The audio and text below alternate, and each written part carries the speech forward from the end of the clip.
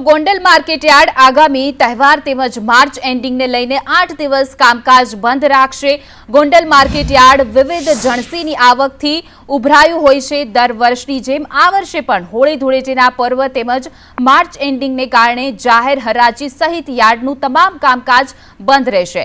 માત્ર હોળી ધૂળેટીના તહેવાર બાદ ગોંડલ માર્કેટયાર્ડની ઓફિસનું કામકાજ ચાલુ રહેશે, જેને લઈને સૌરાષ્ટ્રભરમાંથી આવતા ખેડૂતો, વેપારીઓ, વાહન માલિકો 24 માર્ચથી 31 માર્ચ સુધી માર્કેટયાર્ડમાં તમામ જણસીની આવકો તેમજ હરાજીને લગતા તમામ કામકાજ બંધ રાખવામાં આવ્યા છે।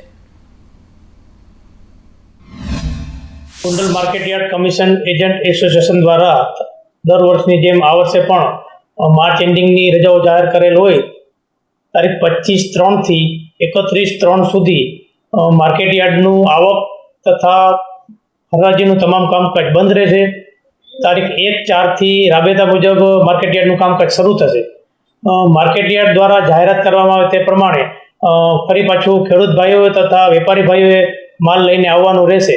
એની દરેક ખેડૂત ભાઈઓ તથા વેપારી ભાઈઓએ ખાસ નોંધ લેવી।